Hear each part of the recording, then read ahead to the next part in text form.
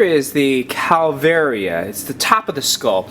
A lot of people would refer to like Calvary or Golgotha, the place of the skull. It's like a hill. It's the top of our head. You can imagine that underneath would be our brain. Just a few different bones here, 4 of them altogether. The frontal bone, the 2 parietal bones, left and right, and the occipital bones. There's just some small markings here. So let's start off with the bones. Here's the frontal bone, and dividing the frontal bone from the parietal bone is this large line, as you can see. This is the frontal or coronal suture, and you can imagine that these guys are binding together.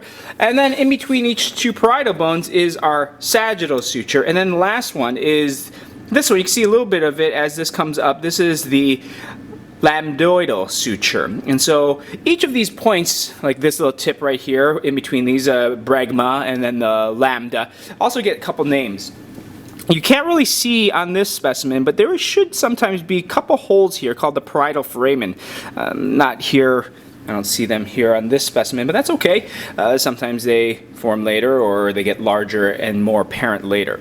So let's review. Frontal bone, left and right parietal bone with the occipital bone, the sagittal suture, the lambdoidal suture, the frontal or coronal suture with the bregma, and the lambda, and supposedly the parietal foramen.